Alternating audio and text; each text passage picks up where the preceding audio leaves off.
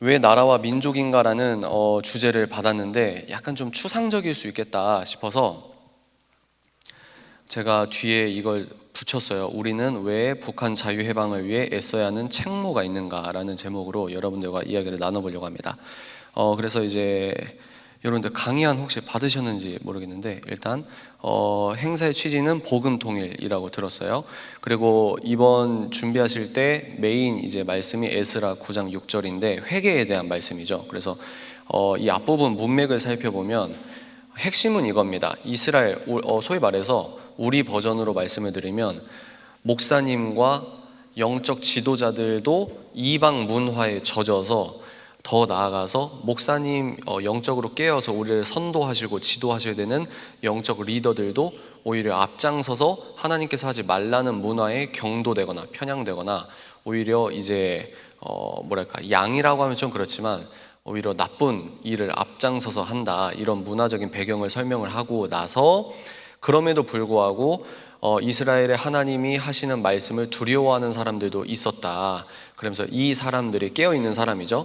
이 사람들이 모여서 이제 그 전에 이제 소위 말해서 멘붕이 와서 하나님께 죄송해서 겉옷을 찢고 그 상태 그대로 무릎을 꿇고 두 팔을 들고 이제 이게 메인 말씀이더라고요. 그래서 하나님, 너무나도 부끄럽고 낯이 뜨거워서 하나님 앞에 차마 얼굴을 들 수 없습니다.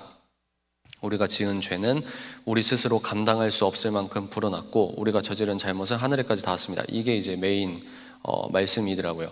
오늘 제가 준비한 이 강연의 본질이 뭐냐면, 저는 예수님을 죽인 종교의 영을 다른 식의 표현으로 어떻게 말할 수 있을까 했을 때 저는 무지라고 생각하거든요. 무지해서 죽인 거예요. 무지해서 못 알아보고, 무지해서 본인이 무슨 말을 하는지, 본인이 어떤 평가를 하는지, 본인의 인식론에 오류가 있다는 것 자체를 모르고 있는 겁니다. 그래서 이 무지를 오늘 우리가 뜨겁게 회개하시는 귀한 시간이 되길 바랍니다. 그래서 육적으로 우리가 소리내서 기도를 하고 이것도 필요할 수 있는데 지적인 회개도 굉장히 필요한 부분이거든요. 오늘 그래서 한번 살펴보시길 바라요. 전제는 행사의 취지가 복음 통일인 만큼 여러분은 복음주의 기독교인이라고 가정을 하고 제가 내용을 준비했습니다. 그리고 두 번째, 국가와 민족, 복음 통일 같은 주제에 관심과 열심, 더 나아가서 지속적인 열정을 보이시는 분들은 보편적이지 않은 특별한 개인적인 부르심이 있다는 거예요. 쉽게 말해서 지금 여기 앉아 계시는 분들이 어떤 마음의 동기로 앉아 계시는지는 모르겠지만 이 시대의 MZ세대 중에 북한을 위해 이렇게 자기의 개인 시간과 어떤 여러 가지를 내려놓고 이 자리에 왔다는 건 은사라고 생각하는 입장입니다. 그래서 누가 시켜서 할 수가 없는 거거든요. 그래서 나 자신만, 이기적인 나 자신에게 집중하는 게 아니라 우리 대한민국을 넘어서 더 나아가 지금 북한 관련 컨퍼런스 어떤 이런 것들을 참여하는 정도면은 은사라고 봅니다. 그런 것들을 전제한다는 거예요. 세 번째, 본 주제에 대한 개념 정립으로 끝나는 게 아니라 실질적으로 여러분들이 앞으로 어떻게 하면 내가 이제 영성적으로 지킬 수 있는가, 실제적인 실천 방법을 말씀드리도록 하겠습니다. 여러분 지금 잘 듣고 계신 거 맞죠? 원래 이렇게 모든 게 딱딱하나요? 원래 이래요? 원래 이래요? 하여튼 오케이. 좋습니다. 그래서 목차 보시면 오늘 나 인식론 점검, 이게 되게 중요해요. 그러니까 내가 왜 잘못했는지, 잘못 살았는지, 내가 지금 국가와 민족을 바라보고 생각하고 있는 이 인식론 자체를 먼저 살펴본다. 칸트의 코페르니쿠스적 발상의 전환이라고 하잖아요. 그래서 내 인식론부터 점검을 하자.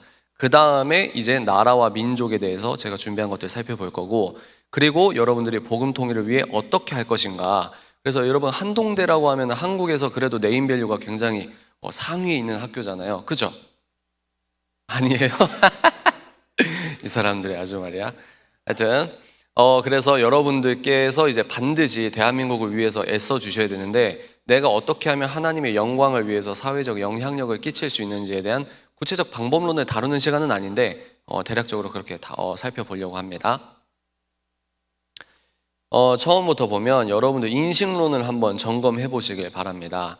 제가 유튜버, 작가, 사자그라운드 대표 여러 가지 활동을 하고 있는데 많은 청년들을 만나고 소위 말해서 오피니언 리더들도 만날 기회가 있고, 그러면 소위 말해서 이제 학벌도 좋고 자기 잘난 맛을 알아요. 자기 잘난 맛을 아는 청년들이 가장 아쉬운 게 뭐냐면 겸손하지 않아요. 근데 그러면 스펙적으로 사회생활을 좀 할 수는 있어도, 그러니까 잘 나갈 수는 있어도 위대할 수는 없는 길을 가고 있는데 본인이 그걸 모르는 경우가 굉장히 많습니다. 그래서 세상 비즈니스적으로도 무례한 일들을 한다고 하거나, 근데 본인이 무례한지 몰라요. 왜? 나도 모르게 이기성에 절어 있어서 이게 결례가 되는지 무례한지를 모르는 겁니다. 어떤 청년? 내가 잘난 걸 아는 청년들이 특히 더 그럴 가능성이 농후하거든요. 그래서 내가 어떤 인식론을 갖고 있는지 그런 것부터 살펴볼게요. 2030 세대의 잘못된 개인주의, 이거 이제 또 이번 겨울에 나왔죠. 이 책에 대해서 평가가 굉장히 박해요. 지식인들은 이 책과 이 교수님과 이 굉장히 싫어하는 분들이 많은데, 일단은 저도 달갑지 않은 부분은 있지만 일단 발췌를 해왔습니다. 제가 왜 이걸 보여드리냐면, 나노 사회로의 전환, 작년 트렌드 코리아 이제 서울대 소비 트렌드 분석센터에서 10대 키워드를 선정할 때도 나노 사회가 도래할 것이다 했는데, 이번에도 역시 나노 사회가 도래한다. 이걸 또 이제 메인으로 토대로 잡은 부분이에요. 그래서 한국 사회 내부도 성별, 나이, 직업 등으로 분열되는 양상을 보였다. 시장을 구성하는 단위도 계속해서 작아지고, 그래서 나노화, 파편화됐다는 거예요. 중요한 건 뭐냐면 사람들의 가치관까지 나노화됐다. 이게 되게 중요한 거예요. 그래서 제가 어떻게 여기에서 유추를 할 수가 있겠냐면, 사람들의 가치관이 나노화됐는데 과연 북한을 위해 진심으로 중보할 수 있는 영성이 되겠냐는 거예요. 제가 그걸 묻고 싶은 겁니다. 이해가 되시죠? 이 모든 변화의 결과로서 구성원 사이의 공통분모는 계속해서 작아지며 사람들의 가치관은 점차 나중심, 이게 핵심이겠죠, 그죠?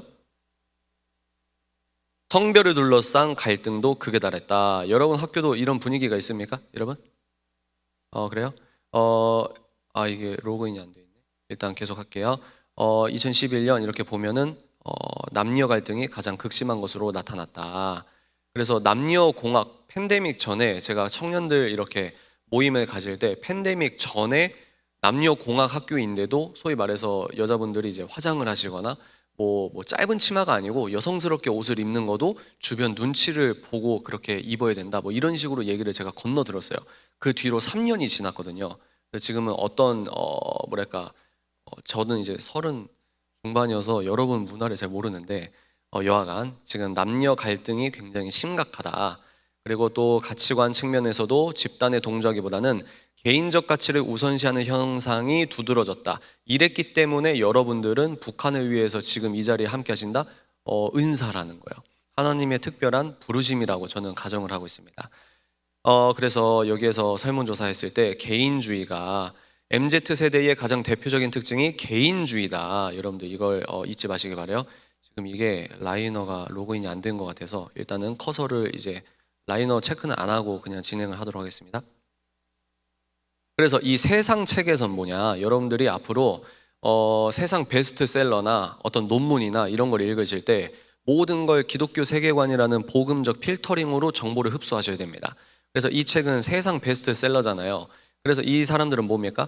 그냥 자기 이익만을 중시하는 이기주의가 아니고 당신을 존중할 테니 나도 존중해달라는 뜻으로 타인의 평가와 영향력에서 벗어나 나로서 온전히 살아가고 싶다는 의미다. 이러면 똑똑한 친구들은 어떻게 봐야 되냐면, 이걸 액면 그대로 받아들여서 맞아 이런 거야 하고 끝나지 마시고, 이 세계관 자체가 성경을 소설과 허구라고 보는 세계관에서 구성된 논리이기 때문에 이런 부분도 있어요.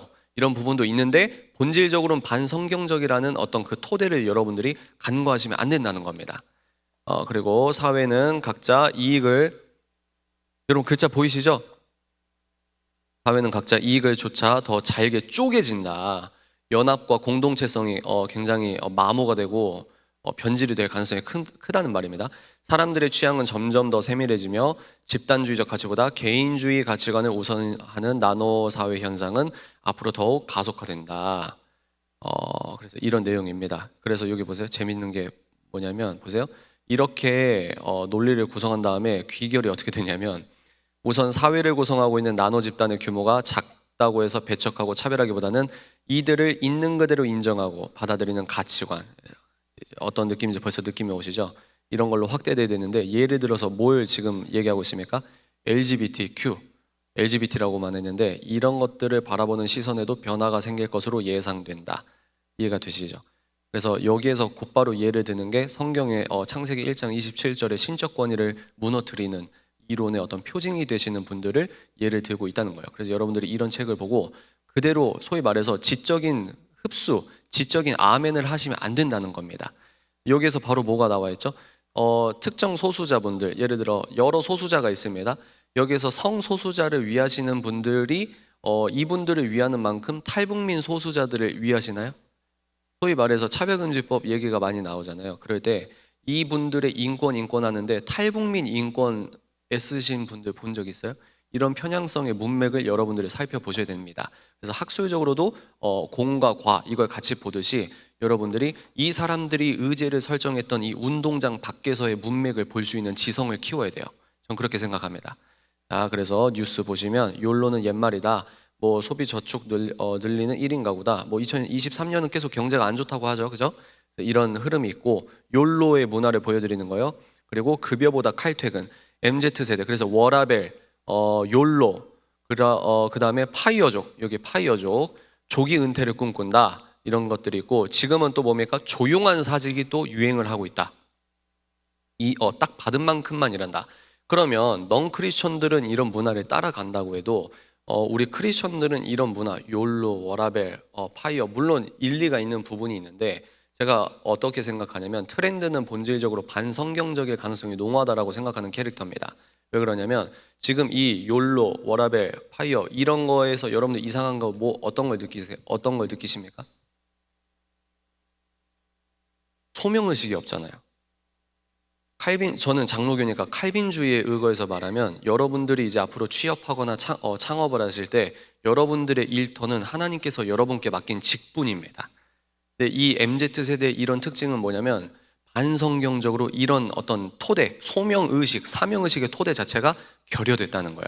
이런 친구들이 북한을 위해서 기도하겠냐는 말입니다. 이해가 되시죠? 그래서 이거는 이제 사도 바울이 디모데에게 썼는데 그대는 이것을 알아두십시오. 말세에는 어려운 때가 올 것입니다. 사람들은 자기를 사랑한다. 그래서 이 세상적인 베스트셀러에서는 청년들이 그런 이기주의가 아니야 라고 말하지만 부분적으로 맞는 부분이 있어요. 그러나 거시적인 문맥 가운데는 반성경적일 가능성이 농후하다. 왜? 이 사람들은 사랑의 궁극은 예수 그리스도 안에서 진리 안에서의 사랑을 인정하지 않기 때문입니다. 어떤 의미에서든 영적 부작용이 나온다는 거예요. 사람들은 자기를 사랑하고 돈을 사랑하며 뽐내며 교만하며 하나님을 모독하며 부모에게 순종하지 아니하며 감사할 줄 모르며 불경스러우며 이 감사할 줄 모른다 이 한 센텐스라고 할까요? 이거 하나로도 끝나는 겁니다. 그냥 부정하며 뭐 이렇게 쭉 선을 좋아하지 아니하며 배신하며 무모하며 결론이 뭐냐? 자기를 사랑한다는 겁니다. MZ세대, 알파세대 다 자기를 사랑한다. 자기 사랑하기 바쁜 사람들이 한반도 일에 관심을 가지지 않을 가능성이 크다는 거예요. 그래서 강의 안에서는 제가 해설을 했던 부분은 싫지 않았기 때문에 쭉 읽어보도록 하겠습니다. 예수 그리스도를 믿지 않으면 인간이 만든 사회적 합의를 따른다 할지라도 우리는 비성경적, 반성경적, 이기적 개인주의로 경도될 수밖에 없다. 저는 그렇게 보고 있습니다. 문제는 이러한 이기적 개인주의 뉴 노멀 시대에 과연 직접 공동체의식, 이건 이제 여러분들 대한민국 국민이니까 미국 시민권자가 있을지도 모르겠지만 일단 직접 공동체의식을 넘어 성경적 공동체의식, 이거는 한반도를 같이 보는 거죠. 그러니까 여러분들이 이제 창조주 관점에서 생각을 해보세요. 이 물질 세계를 만든 지적 존재를 우리가 신이라고 하는데 우리는 그 신을 유일신, 성삼위 하나님이라고 믿잖아요.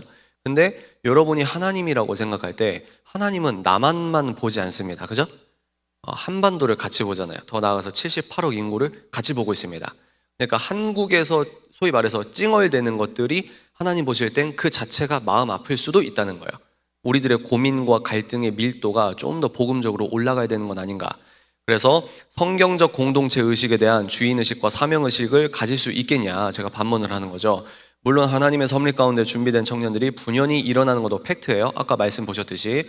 그러나 섭리라는 명분으로 영적 안일주의와 관망주의가 합리화되는 것은 아니다. 제가 이제 뒷부분에서 이걸 보충을 할 겁니다. 그러니까 지금 여러분들은 그나마 좀 한국 특유의 수동성을 좀 벗어날 가능성이 클 것 같아요. 근데 한국 기독교인이나 한국 사람들은 여러분 만약에 질문 있으십니까 하면 질문 많이 하시나요? 살아있는 토론이 이 강연 여러분들 수업 들을 때 살아있는 토론이 막 진행이 됩니까? 그래요?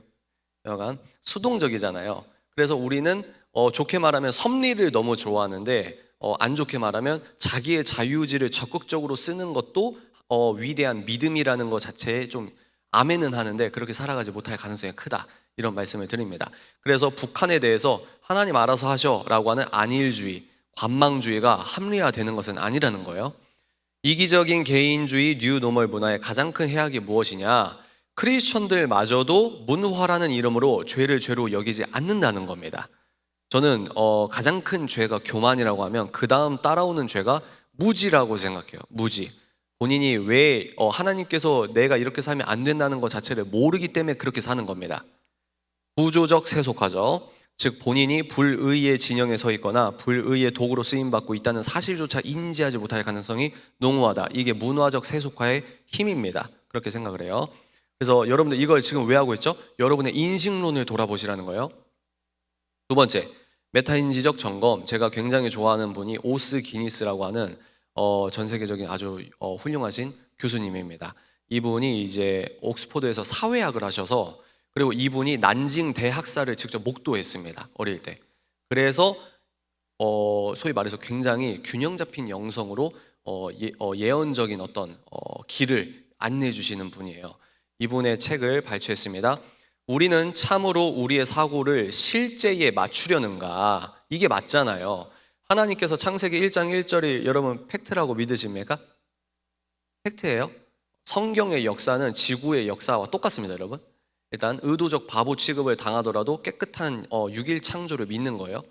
여하간 우리는 하나님이 만드신 이 실제를 이 실제는 그대로 있고 우리가 우리의 사고를 이 실제에 맞춰야 되는데 어떻게 하고 있냐? 실제를 우리의 사고에 맞추고 있다. 여러분들도 한번 돌아보시길 바랍니다. 이 실제는 그대로예요. 하나님께서 창세기에서 이 우주 물질 세계를 만드셨고 한 번도 변하지 않았단 말이에요. 근데 우리가 이 물질 세계를 어떻게 정의하느냐의 철학사는 계속 바뀌어 있잖아요. 그러니까 여러분들도 나도 모르게 불의의 도구로 쓰임 받고 나도 모르게 불의의 도구로 쓰임 받는 철학이 문화라고 해서 너무 당연하게 생각하고 구조적으로 하나님을 떠난 어떤 영역에 있지 않는가, 이거를 살펴보시라는 말입니다. 이분이에요. 할아버지신데 일단 국가와 민족은 실제다. 아니, 국가가 어떻게 실제냐? 이렇게 관념론적으로 토론하자는 자리가 아니니까 그냥 문맥상 의미로 넘어갈게요. 이 실제를 바라보는 여러분들의 인식의 틀 자체가 오염됐거나 왜곡돼 있으면 정보를 이해하는 사고 역시 비성경적이거나 반성경적일 가능성이 농후하다는 말입니다. 즉 하나님을 향한 전적인 또는 은밀한 불신을 제거해야 돼요. 북한을 위해서 당연히 기도를 해야 돼요. 저는 어떻게 생각하냐면 동북아시아 크리스천, 대한민국 국적을 갖고 있는 크리스천의 버킷리스트라고 할까요? 2023년 내 기도 제목 리스트 1위부터 3위 안에 무조건 북한이 들어있어야 됩니다. 저는 그게 대한민국 크리스천의 제대로 된 영성이라고 생각을 해요. 이런 의미에서 북한은 우리들의 영적 나침반입니다. 저는 그렇게 생각하거든요. 그렇게 하지 못하는 본질적 이유가 뭐냐? 하나님을 향한 불신이라는 겁니다. 그래서 불신을 제거해야 된다. 그래야 바르게 이 실제를, 하나님께서 만드신 이 실제를 인식하고 그 바탕으로 바르게 사고할 수 있다. 그 바른 인식의 통로가 열려야 성경적 우리라는 공동체 의식이 제대로 자리 잡힐 가능성이 커지기 때문이다. 저는 이렇게 주장하고 싶습니다. 그래서 이 풀스톡인데 이게 오스기니스, 만약에 여러분들 관심 있으시면 영문으로 읽으시든 한글로 읽으시든 한번 읽어보십시오. 굉장히 괜찮은 책이에요. 불신에 대해서 쭉 얘기하고 있는데 한번 쭉 읽어볼게요. 첫째, 불신은 고의적 억압 행위를 통해 진리를 오용한다. 불신은 진리를 붙잡아 사납게 틀어지어 그 목소리를 침묵시킨다. 진리를 비틀어 하나님의 본래 목적에서 벗어나게 한다. 이 불신을 지적인 허영에 절어 있는 분들은 본인이 세상적으로 잘 나간다는 착각 속에서 하나님을 불신하고 있는 게 옳다고 생각하는 겁니다. 이런 사람들에게는 북한을 같이 북한 위해 기도하자 절대 할 수가 없어요. 왜? 북한을 위해 기도하는 것 자체가 영성이자 영력이기 때문입니다. 둘째, 불신은 고의적 착취 행위를 통해 진리를 오용한다. 불신은 진리를 억압하고 비틀어 하나님의 참된 목적에서 벗어나게 할 뿐만 아니라 억지로 진리를 자신의 목적과 속셈 쪽으로 몰아간다. 하나님을 자기의 정치적 어떤 자기의 권력욕, 명예욕, 물욕 이런 욕심을 위해서 하나님을 끌어당겨서 이용하는 겁니다. 하나님을 악용하는 거죠. 이런 사람들은 말은 기독교적인데 껍질만 기독교적이고 인문주의자다 이렇게 분별을 할 수도 있습니다. 셋째, 불신은 더 나아가 고의적 도치 행위를 통해 진리를 오용한다. 우리는 진리에 관한 한 늘 자기가 옳고 선에 관한 한 늘 자칭 의인이며 하나님에 관한 한 늘 자기가 신이다. 넷째, 이게 중요합니다. 불신은 고의적 기만 행위를 통해 진리를 오용하며 그 끝은 자기 기만이다. 불신은 하나님의 진리를 붙잡고 비틀어 그분의 목적에서 벗어나 자신의 목적으로 향하게 하며, 그러자면 진리의 실체를 뻔히 알면서도, 이게 되게 중요하다고 생각합니다. 진리의 실체를 뻔히 알면서도 의도적으로 은밀히 모른 채 하고 있다, 그렇게 생각해요. 그래서 여러분들은 신앙생활 하실 때 한번 곰곰이 생각해 보십시오. 여러분들이 신앙생활이 힘든 이유가 뭐냐면 정답을 몰라서 힘든 게 아니고 여러분들은 하나님께서 원하시는 정답을 가장 잘 알고 있기 때문에 힘든 겁니다. 일부러 A와 B 중에 무엇이 하나님께서 기뻐하시는지 은밀한 깊은 마음속에서는 정답을 알고 있음에도 자기가 세속적으로 이 길로 가고 싶어하는 명분을 계속 찾는 겁니다. 유명한 사람한테 멘토링을 듣거나 상담을 받거나. 이게 왜 그러냐, 이 선택을 하고 싶은데 당신의 말이 명분이 됐으면 좋겠습니다 라고 하는 어떤 그런 마음의 동기도 있지 않을까. 물론 섣부른 일반화를 범하면 안 되겠죠. 다 그렇다는 게 아니라 이런 것들을 우리가 생각을 해봐야 된다는 겁니다. 그게 자기 기만이다. 불신의 본질이 자기 기만이다. 하나님의 목소리, 하나님의 복음이 무엇인지 뻔히 알면서도 모른 채 하는 거다. 하지만 부인할 수 없는 것을 부인하려 해봐야 헛수고이므로 불신은 남들과 자신을 모두 속인다. 본인을 속이고 본인이 속고 있는 걸 모르고, 이중적이죠. 그리하여 자기 기만에 빠진다. 이렇듯 불신은 우상만 만들어내는 것이 아니라 환상도 만들어낸다. 여기에서 여러분들이 어떤 게 오버랩 되십니까? 대한민국 MZ세대가 지금 갖고 있는 환상이 뭐예요? 북한에 대해서 지금 현실 북한 사회에서 어떻게 무슨 일이 벌어지는지 서치만 한 10분 정도 해도 대략적으로는 알잖아요. 근데 그걸 안 보는 거예요. 왜? 한반도에 살면서 북한의 실체를 보면 내가 잘못되게 살고 있는 게 너무 적나라하게 드러나고 있기 때문에, 내가 예수를 잘못 믿고 있다는 게 드러나고 있기 때문에 일부러 북한의 실체를 안 보는 겁니다. 그러면서 현재 대한민국 뉴스에서 보여주는 이 대한민국이 실체라고 하는 환상 속에 빠지면서도 본인이 무엇이 잘못된지 모른다. 이중적이죠. 모르면서도 알아요. 그게 교만이라고 하는 겁니다. 그래서 그런 의미에서 인간의 세계관은 무수히 많을 수 있으나 모두 공통된 핵심 사실이 있다. 그것들은 하나같이 하나님을 부인하고 자아의 신전이 되어 스스로를 높이며, 아까 바울이 쓴 편지 보시면 자기를 사랑한다는 거의 일환이죠. 하나님의 진리를 피하는 대피소 노릇을 한다. 요컨대 이게 중요합니다. 인간의 모든 세계관은 부정할 수 없는 하나님의 진리를 회피하려고 만들어낸 도덕적, 사회적, 철학적 허구다. 딱 이렇게 명제화를 했죠. 깔끔합니다. 복음은 깔끔한 거예요. 해설을 볼까요? 이 세모 모양은 제가 쓴 글입니다. 그렇다면 불신을 제거하며 실제에 대한 바른 인식은 어떻게 만들어지느냐?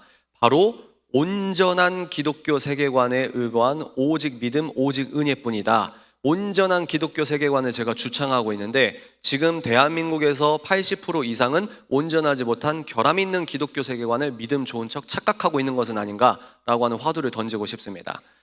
오직 나는 날마다 죽습니다 라는 실천적 신앙생활만이 눈에 비늘 같은 것이 떨어져 나갈 수 있으며 하나님 창조하신 실제 세계를 바르게 인식할 수 있고, 한마디로 크리스천은 성육신과 십자가와 성령을 본받아야 된다. 이건 원론적인 얘기긴 한데, 그래서 여러분들 바른 인식이 무엇이냐? C.S. 루이스가 어떤 얘기를 했냐? 나는 해가 뜬 것을 믿듯이 기독교를 믿는다. 해가 보여서만이 아니라 해를 통해 다른 모든 것을 보기 때문이다. 이 말입니다. 올바른 기독교 세계관에, 온전한 기독교 세계관에 의거해야만 실제를 온전히 볼 수 있다. 그래서 해를 통해 다른 모든 것을 보기 때문이다. C.S. 루이스 말에 우리는 어떤 걸 추가할 수가 있을까요? 해를 통해 다른 모든 것을 제대로 볼 수 있기 때문입니다. 그래서 세 번째, 인식. 첫 번째는 뭐예요? 나노사회다. 그리고 두 번째 뭡니까? 내 마음에 은밀한 하나님을 향한 아주 검은 불신, 이 불신으로 파생되는 내 인문주의적인 철학, 이 철학이 세계관이 돼서 결국은 허상을 만든다. 이게 대한민국이야. 이해가 되시죠? 결함 있는 세계관 바로잡기 바로 나오죠. 이게 뭐냐? 프랜시스 셰퍼 목사님 제가 굉장히 좋아해요. 근데 이분이 설교 소책자를 썼는데 아주 예전에 찍어낸 책입니다. 그래서 여러분들은 이걸 주문하셔도 못 가질 수가 있어요. 여하간 이거에 대해서 발췌를 했습니다. 혹시 여기 법학과, 여기 다 법학과이신가요? 그건 아니죠. 법 공부하시는 분 계세요? 법. 일단 좋아요. 여러분들 손은 있죠? 네. 세계관의 변화. 인본주의적 세계관이란 비인격적 물질적 에너지가 모든 존재하는 것의 궁극적인 진리이고, 여러분 졸리실 수 있으니까 제가 빨리 그냥 스토리텔링으로 말씀을 드릴게요. 인본주의적 세계관이 교회에서 주류가 됐는데도 우리가 이걸 못 알아차렸다. 그래서 인본주의적 세계관이 있고 기독교적 세계관이 있는데 이 두 가지 세계관은 그 내용과 결과에 있어서 전반적으로 정반대의 아웃풋이 이제 도출이 된다는 거죠. 근데 여기에서 사람들은 이 두 가지 세계관이 정반대의 내용을 가질 뿐만 아니라 아웃풋이 뭐냐면 법이 바뀐다는 거예요. 그러니까 그 사회가 유대 기독교 사회 시스템에서 옳다고 하는 것들을 법적으로, 헌법적으로나 실정법적으로 옳다고 하고 사회 문화 자체도 옳다고 여기면 그 사회는 이제 자기들이 기독교인이 아니라 하더라도 유대 기독교 시스템 안에서 하나님의 축복을 구조적으로 누리는 거죠. 그죠? 우리나라와 미국이 그랬잖아요. 근데 지금 이 말은 뭐냐면 이제 기독교 세계관이 아니라 인본주의 세계관을 갖고 있는 사람이 사회적 주류가 되면 그 아웃풋으로 반드시 도출되는 게 뭐냐면 법이 바뀐다는 거예요. 법이. 그래서 아주 상반된 결과를 낳는다는 사실을 이해하지 못하고 있다. 왜 기독교인들은 이 사실을 이해하는데 그렇게 늦었냐? 뭐예요? 결함이 있기 때문이다. 결함 있는 기독교 세계관을 갖고도 본인이 그걸 인지하지 못하기 때문이다. 경건주의는 형식주의적 기독교와 추상적인 기독교에 반대해 왔다는 점에서 바람직했지만 이것이 경건주의가 갖고 있는 단점이 뭐냐면 플라톤적 영성을 가지고 있었다. 무슨 말이냐? 기독교의 지적 중요성을 무시했다. 반지성적이라는 거죠. 영성을 삶 전체가 아닌 삶의 매우 작은 부분에만 국한시켰다. 그래서 저는 이 프랜시스 셰퍼 목사님이 말씀하신 온전한 기독교 세계관에 의거해서 나름대로 기독교적 목소리를 내고 있다고 생각하는데 이런 결함 있는 기독교 세계관일 가능성이 매우 농후하신 분들은 저를 어떻게 생각하냐면 왜 정치 얘기해? 이렇게 보는 거예요. 이해가 되시죠? 사회학적 법 그리고 사회학적 인간들이 옳다고 생각하는 문화가 주류가 되고 헤게모니가 뺏겼기 때문에 나는 하나님께서 온 만물을 창조하셨다고 믿어 아멘은 하는데 실제 본인은 어떻게 생각하냐면 이 종교의 하나님을 믿는 거예요. 내 하나님의 영역은 이 채플실 안, 이 강의실 안에서만 존재하고 주일 버전에 내가 예배 한번 갔다 와서 논문을 쓸 때 내 논문의 토대가 진화론이고 유물론이고 무신론이고 아무 소용없이 아무런 영적인 거슬림이 없이 살아가는 겁니다. 왜 그럴까요? 잘못된 경건주의라고 하는 거예요. 그래서 영적인 싸움은 내 마음 안에서만 벌어지는 거야 라고 하는 거죠. 그죠? 그래서 저는 이런 분들을 어떻게 비유하냐면 타조가 땅에 머리를 박고 있다. 그런 식으로 예수를 믿고 있다. 문 밖에서 어떤 일이 벌어지는지도 모르고 커튼 치고 교회 문 닫고 부흥회 3000번에서 은혜 받고 눈물 흘리는 게 단주한다. 이렇게 제가 반문을 하는 겁니다. 뭔가 부자연스럽지 않나요? 그러면 어떻게 하죠? 결함 있는 기독교 세계관은 어떻게 합니까? 기도하면 되지 라고 하잖아요. 그러면 그 논법으로 우리가 다른 걸 적용하면은 사도 바울이 뭐하러 죽을 고생하고 3번을 3차 선교 여행을 했겠습니까? 기도하면 되는데. 안 그래요? 이분들은 선교하러 나가야 됩니다. 전도하십시오. 이렇게 얘기를 하는데 이 법이 통과되지 않기 위해 우리가 목소리를 내야 되고 북한을 위해서 우리가 실제적으로 이런 일을 해야 됩니다. 그러면 기도하면 됩니다. 라고 하는 거예요. 이 일관성이 없죠. 자기의 기독교 세계관의 일관성이 결여된 겁니다. 즉 실제의 총체성, 이 말이 그 말입니다. 삶 전체 우리의 하나님은 온 우주의 하나님이시고 온 사회의 하나님이신데 우리는 종교의 하나님을 믿고 있는 꼴이다. 이 말입니다. 즉 실제의 총체성이 경건주의적 사고에 의해 무시되었다. 실제적 총체성을 잃어버렸다는 거예요. 바른 영성은 모든 실제를 포함한다. 모든 실제, 월요일부터 토요일까지의 주인도 하나님이신데 우리가 그걸 놓치고 있다. 바른 기독교는 모든 삶의 각 영역들까지 모두 포함되는데 이런 의미에서 실제에 관한 어떤 것도 영적이지 않은 것은 없다. 기독교는 일련의 파편적인 사실들이 아닌 진리 그 자체다. 계속 강조하시는 게 온전한 기독교 세계관을 강조하는 겁니다. 그래서 어떤 개인적인 열매들뿐만 아니라 필연적으로 사회적 법적 열매들을 낳게 된다. 무슨 말이냐? 제대로 된 기독교인들은 반드시 사회에 영향력을 끼치게 된다는 거예요. 인본주의적 세계관 볼까요? 여기에서 사용된 인본주의란 인간이 자기밖에 지식, 자기밖에 기준이 없이 자기 자신으로부터 시작한다. 무슨 말이냐? 여러분 2022년 11월 오늘도 이 물질 세계, 우리가 은하계에 살고 있잖아요. 이 우주를 떠받들고 우주를 관통하는 절대 법칙과 절대 기준이 있다고 믿으십니까? 우리가 그걸 믿어야 돼요. 그게 기독교인이거든요. 근데 사람들은 유물론은 뭐죠? 물질 세계, 눈에 보이는 게 끝, 눈에 보이지 않는 건 존재하지 않아. 우주를 가르는 절대 기준은 없어. 그러니까 포스트 모더니즘 사회에서 가장 악랄한 부재가 뭐죠? 의미의 부재예요. 의미가 없으니까 본인 나름대로 의미를 찾는 컨텐츠를 찾는 겁니다. 오케이? 그래서 인간이 모든 만물의 척도다. 이 두 가지 총체적인 실제에 상반된 결과가 가장 눈에 띄는 것이 바로 국가와 법의 영역이다.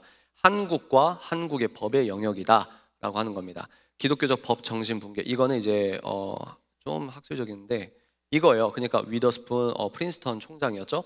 그리고 뭐 루더포드, 또 루더포드는 렉스 그 법은 왕이다. 이때 당시에는 왕이 법이다였어요. 근데 아니야 왕이 법이 아니고 법이 왕이야. 그래서 금서로 지정이 됐습니다. 근데 루더포드는 칼빈에게 영향을 받아요. 그래서 여러분들 한국어로 번역이 된 책 중에 우리들이 갖고 있는 인권과 자유의 개념이 칼빈주의에서 어떻게 내려왔는지 학술적으로 이렇게 두꺼운 책이 있거든요. 관심 있는 분들 그거 한번 읽어보세요.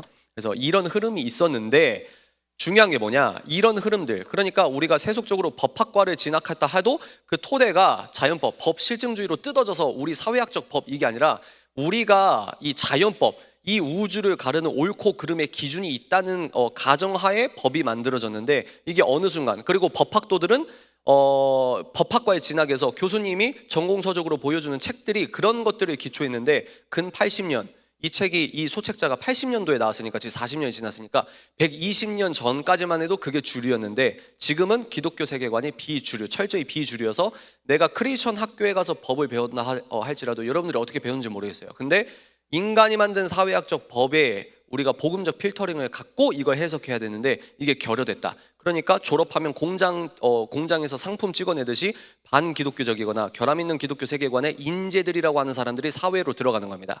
그러면서 주일에 예배 한 번 드리면 내가 종교생활 열심히 했다고 착각하는 거예요. 영적인 싸움은 내 마음 안에서만 벌어지고 있다고 결함 있는 기독교 세계관으로 예수를 믿고 있는 겁니다. 그러니까 사회학적으로 하나님께서 옳다고 하는 걸 문화로, 법으로 반대하는 법이 제정이 되고 사람들이 하나님이 싫어하시는 것, 옳지 않다고 하는 것들을 하려고 해도 교회 안에서만 박수치고 부흥회를 하고 있다는 거예요. 제가 반문하고 싶은 건 뭐냐면 뭔가 부자연스럽지 않냐는 겁니다. 이해가 되시죠? 그래서 비행기의 양 날개가 있어요. 기독교인들의 올바른 영성은 내 개인의 영성과 사회적 책무를 감당해야 됩니다. 그래서 누구죠? 윌버포스가 영국에서 20년 동안 정치 투쟁을 했기 때문에 흑인 노예 무역이 폐지가 됐잖아요.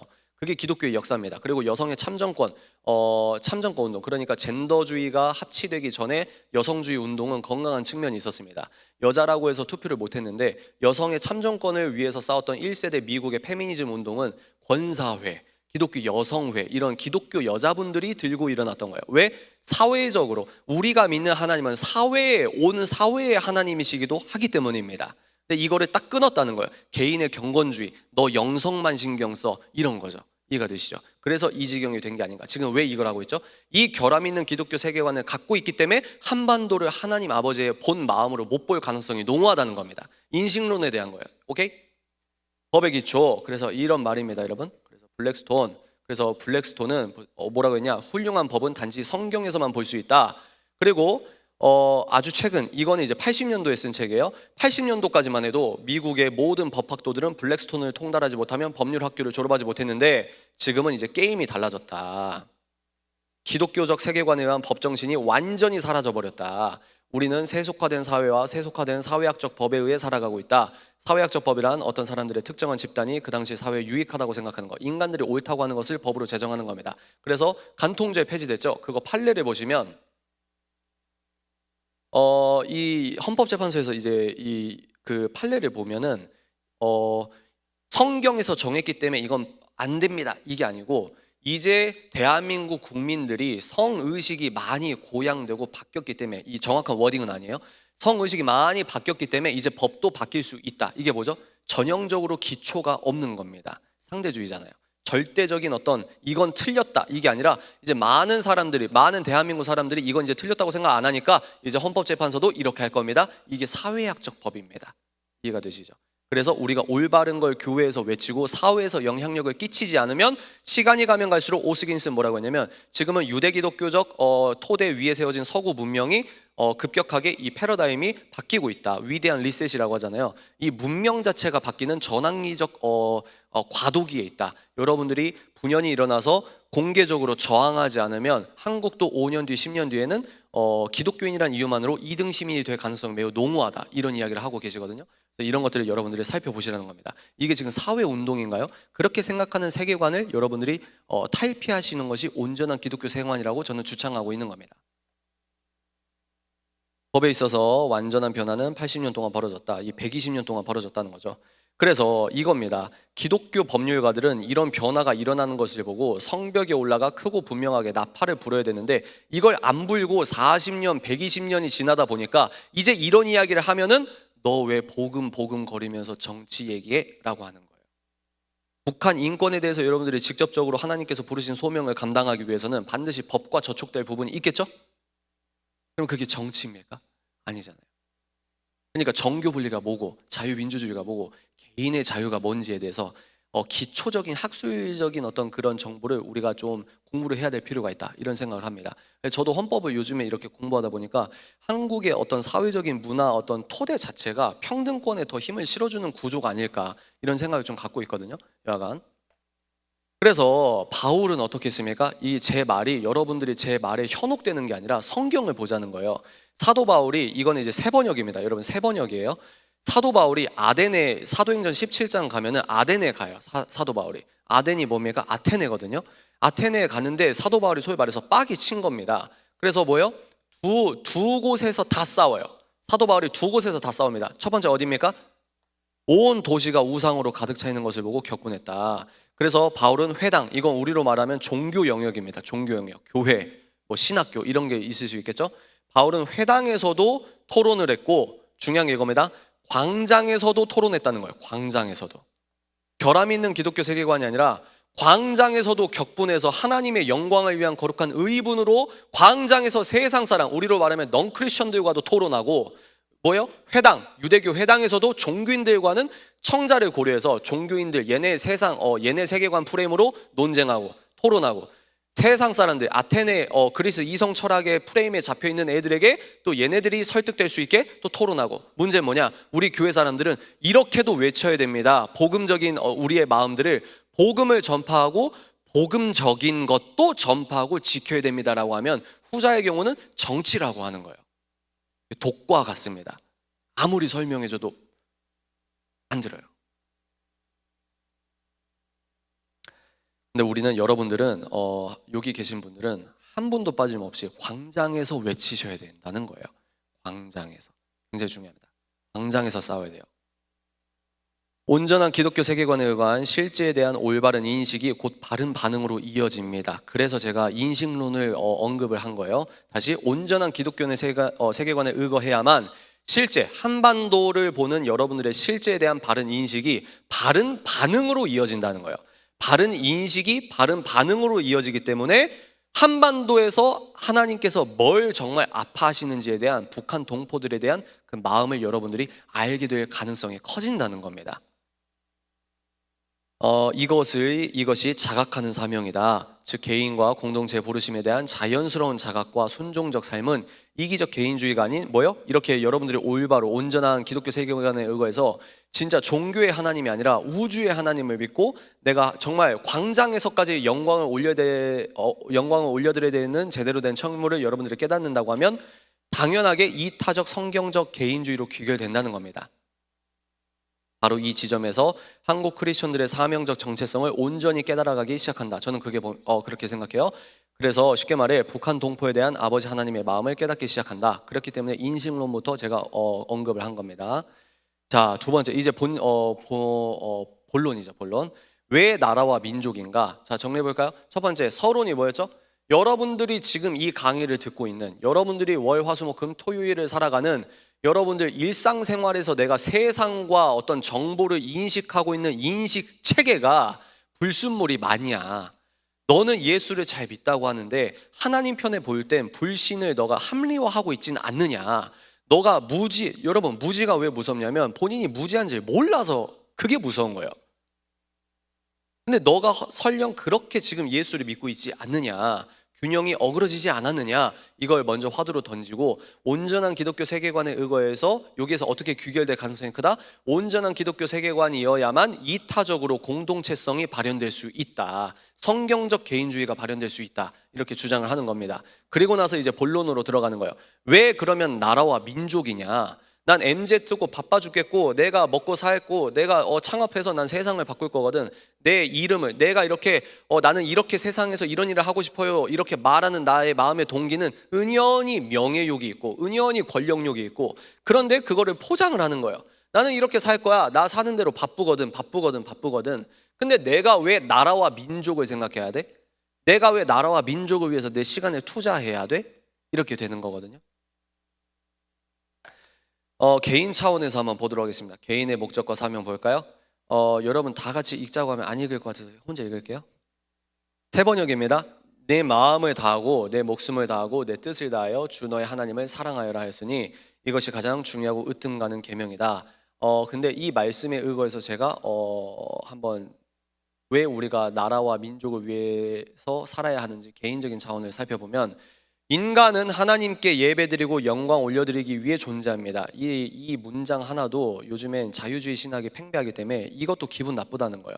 인간의 존재 목적이 하나님의 영광을 위해서라고? 이 자체가 기분이 나쁜 거예요. 그러니까 내가 왕이라는 거죠. 내가 왕. 하나님이 왕이 아니라 내가 주인 사함은 모든 건 내려놓고, 그런 찬양은 부르는데 내 주권을 타인이 아니죠. 내 주권을 신께 온전히 드렸다, 자발적으로 헌납했다, 이 개념 자체를 인정하지 않는 겁니다. 내 인생의 주인공이 나라는 거예요. 그러나 우리는 성경을 통해서 여러분들이 이 땅에 왜 여러분들이 미국 사람으로 안 태어나고 가나 사람으로 안 태어나고 왜 한국 사람으로 태어나겠는지 여러분들이 진지하게 고민해 보시기 바랍니다. 민족적 부르심이 있다는 거예요. 근데 여러분들 그 전에 뭡니까? 여러분이 이 땅에 태어난 이유 자체가 하나님께 영광 올려드리기 위해 만들어진 존재가 원래 인간이었다고 하는 겁니다. 이것이 가장 중요하고 으뜸가는 신의 계명이자 인간의 참 본분이다.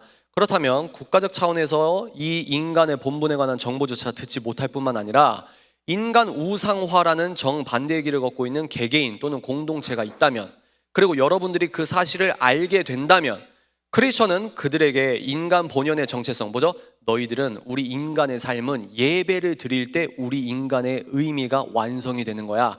이런 우리는 진리를 알고 있잖아요. 이 진리를, 인간 본연의 정체성과 삶의 방식을 여러분들은 알려줘야 되는 복음적 책무가 형성된다는 말입니다. 왜요? 인간에게 가장 으뜸가는 계명이란 말은 인간이 가장 의미 있고 행복한 삶을 살 수 있는 비결을 창조주가 알려줬다는 거예요. 여러분들은 알고 있습니다. 근데 여러분들은 알고 있는데 만약에 구조적으로 이 계명 자체를 모르고 있는 사람들에게는 우리가 개개인 차원에서도 이런 인간 본연의 정체성과 삶의 방식을 알려주고 이끌어주기 위한 복음적 책무가 형성이 된다는 말입니다. 만약 전 세계에서 인간의 참된 본분에 대한 가장 끔찍한 왜곡이 벌어지고 있는 나라가 지리적으로, 지정학적으로 여러분이 살고 있는 곳과 아주 가깝다면, 여기는 포항이니까 잘 모르잖아요. 파주 같은 데 가면은 30분만 차로 가면은 북한이 나온단 말이죠. 그죠? 여러분과 살고 있는 곳이 아주 가깝다면 한국 사람이잖아요. 그들이 우리와 한 민족이라면, 더 나아가 자유 대한민국 건국과 대한민국 기독교 부흥에 있어 공산주의를 피해 남한으로 피난 온 이북 크리스천 리더들의 헌신에 결코 모른 체 할 수 없는 복음적 책무가 있다면, 이게 무슨 말이냐? 여러분들께서 좀 재미있게 공부를 해보시면, 우리 대한민국이 왜 공산화가 되지 않았는가? 미 군정 시기 때 여론조사 돌려보니까 우리는 자유민주주의 말고 사회주의, 공산주의 좋아한다, 이 퍼센티지가 50%, 60%, 70% 정도 됐다고 하잖아요. 근데 왜 대한민국은 공산화가 되지 않았는가? 북한에서 먼저 맛본 기독교인들이 남한으로 내려와서 실체를 알리고 적극적으로 반대했기 때문입니다. 이해가 되시죠? 우리는 이북 크리스천 분들의 빚을 지고 있다는 거예요. 복음적 책무가 있다면 우리가 감당해야 할 크리스천 개개인의 복음적 책무, 민족적 부르심의 실체는 더욱더 분명히 드러나게 되어 있다. 그래서 성경을 보면은 개인적 차원이에요. 성경을 보면 어떻게 되어 있죠? 그때의 임금이 왼쪽에 있는 사람들에게로 말할 것이다. 저주받은 자들아, 내게서 떠나서 악마와 그 졸개들을 가두고 준비한 영원한 불 속으로 들어가라. 이제 나중심 신앙생활 하시는 분들은 이런 단어가, 이런 구절이 불편하고, 성경은 심판 얘기하고 불지옥, 촌스러워, 지적으로 무지해, 이렇게 생각하시는데 뭐예요? 지금 모든 인식이 누가 중심이죠? 하나님과 실제가 중심이 아니라 이 실제를 내가 원하는 나를 우상화한 인식론으로 이 실제를 껴맞추고 있잖아요. 근데 이거는 성경을 왜 읽습니까? 성경 66권은 진리라고 믿는 거예요, 기독교인들은. 그래서 이 강연의 서론이 뭐죠? 이 청중이 복음주의 기독교인이라는 전제하에 지금 이런 이야기를 하고 있는 겁니다. 그래서 너희는 내가 줄일 때에 내게 먹을 것을 주지 않았고, 이렇게 쭉 나오죠.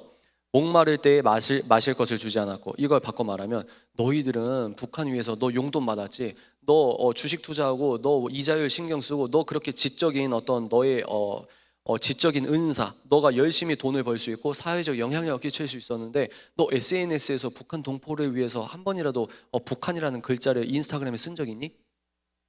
너 북한을 위해서 너가 한 번이라도 너가 서치 한 5분만 하면 북한 후원할 수 있는 단체들이 한국에 그렇게 많은데 너 11조 하듯이, 너 11조도 안 했지. 11조에 대한 기독교적인 논쟁은 차치하도록 하겠습니다. 너 그러면 100원, 200원이라도 너 그렇게 실질적으로 북한 동포들을 위해서 사용한 적 있니? 모른 채 하고 있다는 거예요. 내가 알고 있는 대한민국, 이 환상적 대한민국만 진짜 대한민국이라고 착각하고 있는 겁니다. 감옥에 갇혀 있을 때 찾아주지 않았다. 병들어 있을 때 감옥에, 그때 그들도 이렇게 말할 것이다. 아니 주님 저 대한민국에서 장로였어요. 저 대한민국에서 예수님 잘 믿고 52조 한 번도 빠진 적이 없어요. 주님, 우리가 언제 주님께 굶주린 것이나 목마르신 것이나 나그네 되신 것이나 헐벗은 것이나 병드신 것이나 감옥에 갇히신 것을 보고 돌봐드리지 않았다는 것입니까? 그때의 임금이 그들에게 대답하기를 내가 진정으로 너에게 말한다. 여기 이 사람들 가운데서 지극히 보잘것없는 사람 하나에게 하지 않는 것이 곧 내게 하지 않는 것이다. 직관적으로 여러분들 이제 논리가 이어지십니까? 여기 보실까요? 북한판 연좌제. 나만 대한민국에서 만든 드라마 USB가 발견되면 가족이 정치범 소용소에 가는 겁니다. 여러분, 날씨 쌀쌀해져가지고 우리는 이렇게 두꺼운 옷 입잖아요. 우리가 편안하게 기숙사에서 따뜻하게 전기장판이든 어떤 것이든 에어컨이든 이런 쾌적하게 여러분들 잠을 잤던 오늘, 그러니까 오늘 새벽에서도 한반도 위쪽에 있는 분들은 어떻게 해요? 벌벌 떨고 정치범 소용소에서 너무 배고파하고 있다는 거예요. 이 실체를 보기가 싫은 거예요. 왜? 내가 잘못 살았다는 걸 너무 적나라하게 보여주니까. 그런 의미에서 북한은 영적 나침반이라고 하는 겁니다. 그리고 또 뭡니까? 요덕 정치범 소용소 내부에서 일가족 4명이 동반 자살을 했다고 합니다. 이분들이 예수라는 단어를 들은 적이 있을까요? 우리들에겐 이 거룩한 책무가 있다는 거예요. 그러니까 예수 믿는 게 쉬운 게 아니에요. 근데 종교적으로 신앙생활을 하신 분들은 이게 그냥 특정한 특수 사역이라고 생각하는 겁니다. 그냥 저런 은사를 받은 사람들은 저렇게 하는 거지라고 생각하는 거예요. 이분들이 이제 입은 옷을 보십시오. 북한 정치범 소용소 이런 사진을 예전에 찍어서 기사화된 적이 있습니다. 그러니까 여러분들은 왜 남쪽에서 태어나서 이런 자유를 누리시고 누구는 왜 위쪽에 태어나서 이렇게 살고 있냐는 거예요. 제 얘기는. 예수 믿다가 잡히면 순교라고 하는 가장 고차원적인 희생이라도 하시는데, 아니 한국 드라마 봤다고 이렇게 살면 그게 무슨 죄입니까? 네, 이제 전문 정권에서 북한 관련 책자에서 인권 문제 대폭 축소했다. 왜죠? 법과 사회, 어떤 사회 정책 다 연결된다고 했습니다. 여기서 핵심이 뭐냐? 북한 동포 해방이 크리스천 개개인의 신앙적 책무라는 것을 여러분들이 아셔야 됩니다. 무겁잖아요. 믿기 힘들잖아요. 원래 예수 믿는 건 쉬운 게 아니라는 거예요. 원래 힘든 겁니다. 예수 믿는 게. 그러나 기독교는 개인 차원의 책무에서 그치는 것이 아니고 교회 차원의 책무, 즉 공동체 차원의 책무까지 이어지게 되고 있다. 그러니까 크리스천 본연의 책무는, 지금은 우리가 개인의 도덕 목적을 알아봤는데 개인성과 공동체성이 이중적으로 있다는 말입니다. 여기 이중성이라고 했는데 이중적이라는 거예요. 이중적. 그 다음에 곧바로 그래서 바로 이어지는 거죠. 개인의 신앙적 책무가 곧 공동체적 신앙적 책무로 유기적으로 이어진다는 겁니다. 공동체의 목적과 사명 볼까요? 둘째 계명도 이것과 같은데 네 이웃을 내 몸과 같이 사랑하여라. 또 여러분 직관적으로 알게 될 겁니다. 이걸 지금 왜 하고 있죠? 내가 왜 나라와 민족을 생각해야 돼? 내가 왜 나 먹고 살기도 힘들고 우리 가족 내가 대출 갚기도 빠듯한데 내가 왜 그렇게 살아야 돼? 여러분들이 예수를 왕으로 모시면 이렇게 살 수밖에 없는 복음의 논리의 귀결을 지금 안내를 하고 있는 겁니다. 내 이웃을 네 몸과 같이 사랑하여라. 위에서 살펴본 바 대한민국 크리스천과 교회는 반드시 섬겨야 할 지극히 보잘것없는 사람들이 누군지 아시겠죠, 여러분? 그들이 우리의 이웃입니다. 내 몸이 자유한 것처럼 그분들도 자유해야 합니다. 아멘이시죠? 그것이 우리들의 이웃사랑이고, 여기서 각자 맡은 부르심으로 인해 각가지 방법론이 나눌 수 있습니다. 퍼즐론이라고 하는데 무슨 말이냐? 북한을 위해서 애써야 돼요. 이 목적은 동의하는데 어떻게 피 튀기게 싸우는 사람이 누군가요? 피 튀기게 싸우는 건 항상 내부 분열이 피를 튀기는 거거든요. 그렇게 싸우지 말고 너 부르신 목적이 그거면 그렇게 하라 이거예요. 그리고 내가 하나님께 부르심, 어떤 부르심과 은사가 있어요? 그러면 그렇게 가라는 거예요. 각자 자기가 왕 되려고 하지 말고 너도 퍼즐이고 너도 퍼즐이고 너도 퍼즐이고, 이렇게 퍼즐론이라고 제가 얘기하는데 그런 식으로 각자 맡은 본분을 가자는 거예요. 그 목적은 단 하나, 북한 동포 해방이라는 기독교인의 어떤 거룩한 책무, 이런 것들을 보자는 겁니다. 그래서 사도행전 7장 8절 보면 때나 시기는 아버지께서 아버지의 권한으로 정하신 것이니 너희가 알 바가 아니다. 그러나 성령이 너희에게 내리시면 너희는 능력을 받고 예루살렘과 온 유대와 사마리아에서 그리고 마침내 땅끝까지 이르러 내 증인이 될 것이다. 선교적 차원에서라도 북한을 우리가 해방을 위해 기도해야 된다 이 말입니다. 기도뿐만 아니라 실제적인 행동도 해야겠죠. 크리스천의 선교적 책무 역시 이중적입니다. 여러분, 공동체 차원의 선교적 책무에 의거한 선교의 능률과 효율을 고려할 때 한 국가의 사회 시스템의 문제가 화두가 된다. 이게 무슨 말이냐? 우리가 구조적으로 볼 때 대한민국 국민이, 제가 그런 얘기 많이 하거든요. 대한민국 여러분들이 자동차 나중에 운전하시면은 내비게이션에 아니면 네이버 지도에 기독교 백화점 검색해 보십시오. 그러면 한국의 기독교 백화점 검색에서 내비게이션으로 안내받아서 여러분들이 미학적 기준으로 성경책 커버 이거 이쁘다 이거 이쁘다, 미학적 기준으로 성경책 커버를 고를 수 있는 국가가 전 세계에서 대한민국 말고 별로 없어요. 그러니까 거시적으로 여러분들 메타인지적으로 한국 크리스천들이 굉장히 특별한 부르심이 있다는 걸 메타인지적으로 좀 봐야 된다는 거예요. 우리는 굉장히 특별한 나라에서 살고 있는 거예요. 그래서 이게 그 말입니다. 근데 우리가 그러면 북한을 해방을 해야 되는데, 개인적 차원이든 공동체 차원이든 해방을 우리가 애써야 되는데, 공동체 차원을 바라볼 때 국가 시스템 자체가 우리가 열심히 할 수 있지 않게 법이 바뀌거나 문화가 바뀌면 안 된다는 겁니다. 현재 예배와 선교의 자유 등 개신교 믿음을 고수하고 전파할 권리를 법적으로 보호하는 전 세계 유일한 사회 시스템이 자유민주주의다. 그래서 뭐 우리나라 헌법은 독일 관념, 유럽에서 반쪽, 뭐 미국에서 반쪽, 뭐 이런 얘기가 있잖아요. 근데 저는 미국식 자유민주주의다. 왜? 개인의 자유가 중심이 되고 좀 더 개인의 자유를 위해서 이렇게 애쓰는 부분이 있거든요. 표현의 자유를 이렇게 좀 더 애쓰거나. 여하간 그래서 여러분 다시 돌아오면 자유민주주의는 우상이 아니에요. 그러나 자유민주주의를 우리가 왜 지키려고 노력을 해야 되냐면, 왜 그러죠? 자유민주주의만이 예배의 자유를 법적으로 보장하는 전 세계에서 거의 유일한 사회 시스템이기 때문입니다. 이 시스템을 우리가 지켜야만 복음 선교, 북한 선교에 대한 능률과 효율이 극대화될 수 있다는 거예요. 더 나아가 대한민국 헌법은 개신교식으로 넓게 해석할 때입니다. 개신교식으로 넓게 해석해서 대한민국 헌법을 보면은 개인과 국가 차원의 선교적 책무를 명시했다고 의미 부여를 할 수도 있다는 겁니다. 그래서 한번 볼까요? 이제 이게 되게 중요한데, 대한민국 크리스천의 사명, 이제 민족적 부르심을 보도록 하겠습니다. 여러분 지금 잘 듣고 계시죠? 네, 좋아요. 계속할게요. 헌법 3조, 대한민국 영토는 한반도와 그 부속 도서로 한다. 그렇기 때문에 법적으로는 저기가 우리 땅이에요. 그리고 저 동포는 우리나라 국민입니다. 우리나라 국민이 목숨 걸고 탈출했는데 뭐요? 다시 돌려보냈잖아요. 이런 것들.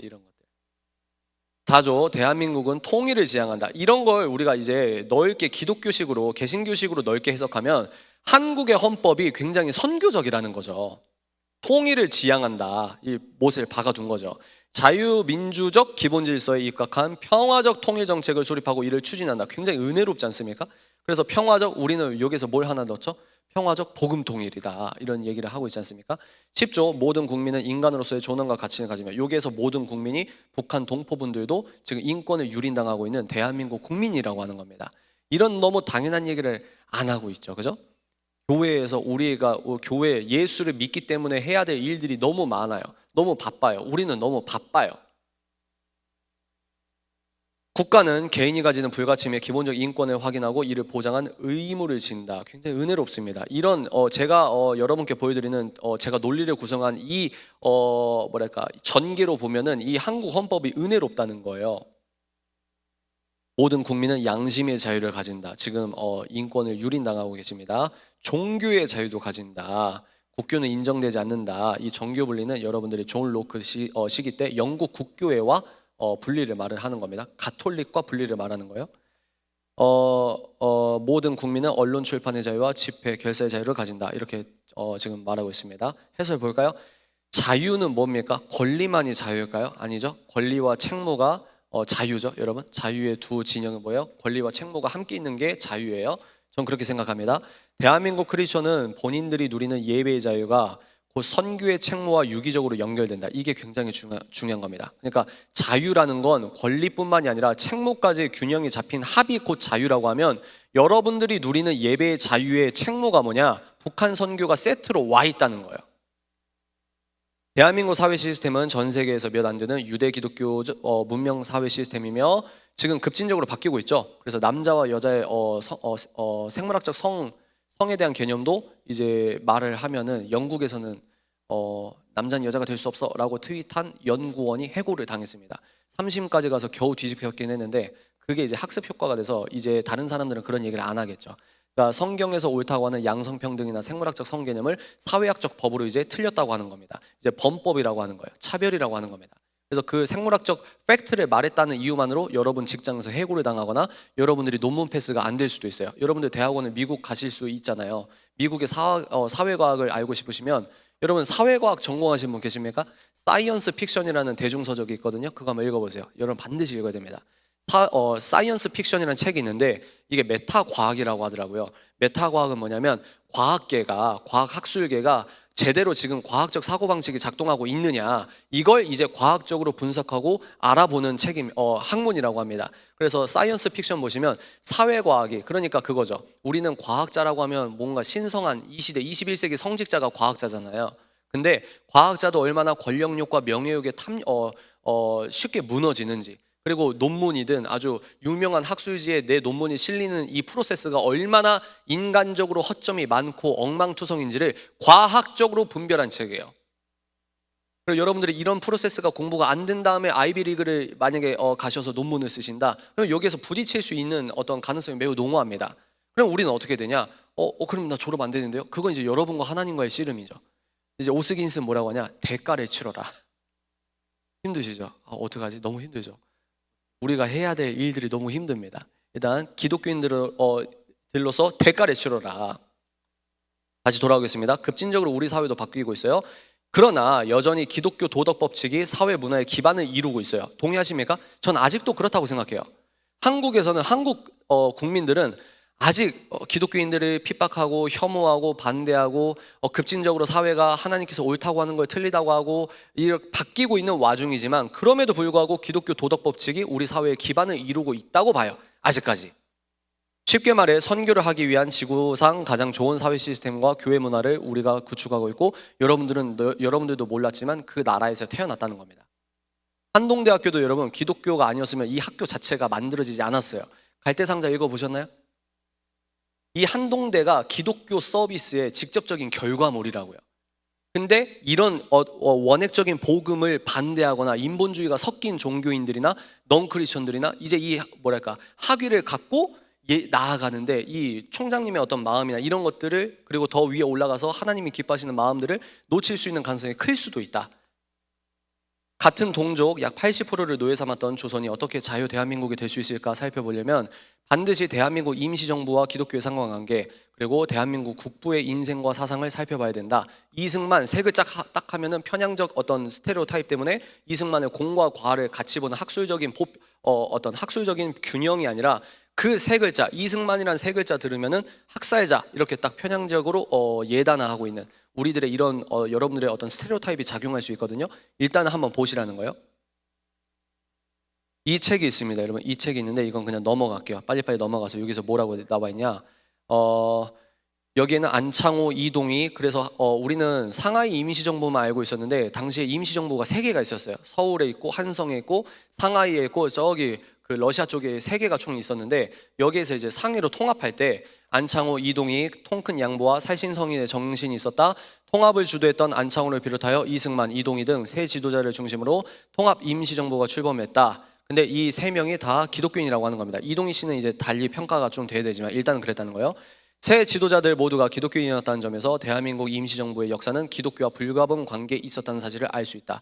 대한민국은 여러분들이 지금 세속정부와 기독교를 따로 떼어놓고 있잖아요. 이게 제가 말하는 이분법이라고 하는 겁니다. 이분법. 그래서 여러분들이 나무 위키만 보지 마시고 벤 샤피로라고 하는 미국의 보수주의 논객은 뭐라고 하죠? 서구 문명의 두 기둥이 뭐냐? 자유민주주의의 기둥이 뭐냐? 유대기독교 정신과 그리스 아테네 정신이다. 이 유대기독교 정신과 아테네 정신이 둘 다 공통적으로 얘기하는 게 뭐냐면 행복이 뭐냐? 하나님의 법을 따라 사는 삶. 행복이 뭐야? 에우다이모니아야. 뭐예요? 객관적 질서가 있는데 그 질서를 따라 사는 삶이 행복이야. 이 유대기독교와 아테네는 만난 적이 없었지만 고대 그리스 철학과 유대기독교는 동시에 뭡니까? 객관적 절대 법칙이 존재했고 그 법칙을 따라 사는 삶이 인간의 삶의 의미와 목적을 충족한다고 본 거예요. 이 기반 위에서 자유민주주의가 만들어졌다. 이게 미국식 자유민주주의다. 이렇게 법 철학사를 자기가 갖고 있는 논점으로 이렇게 정리한 책이 있거든요. 그래서 우리가 어떻게 생각하냐?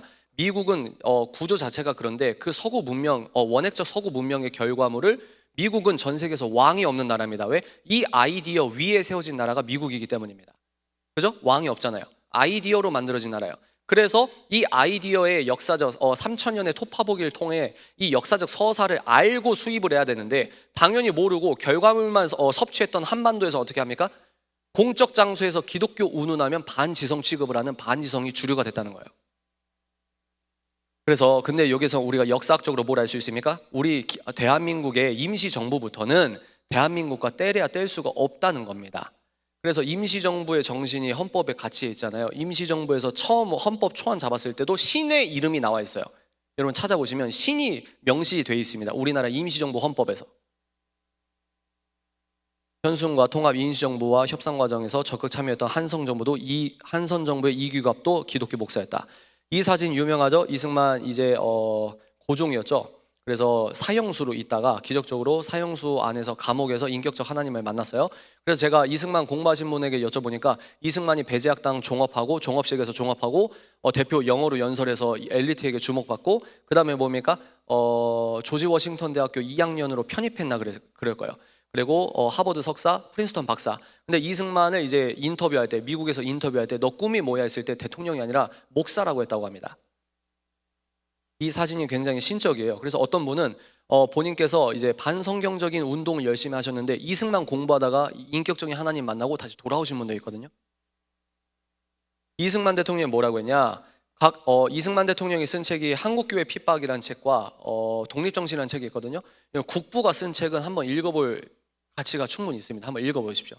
한국교회 핍박이라는 책에서 뭐라고 썼냐? 각 나라 교회에서 말하기를 하나님이 한국 백성을 이스라엘 백성같이 특별히 택하여 동양에 처음 기독교 국가를 만들어 아시아의 기독교 문명을 발전시킬 책임을 맡긴 것이라고 한다. 이게 국부가 쓴 책 내용입니다. 우리가 태어나기도 전에 약 70년 전에 국부가 이런 마인드를 갖고 대한민국을 세팅을 기도했다는 거죠. 그리고 이거는 이제 조평세 박사님 칼럼입니다. 이승만이 한성 감옥에서 또 어떤 글을 썼냐면 정치는 항상 교회 본의로서 딸려나는 거로 교회에서 감화한 사람이 많이 생길수록 정치의 근본이 스스로 바로잡히나니 이러므로써 교화로서 나라를 변혁시키는 것이 제일 순편하고 순리된 바로다.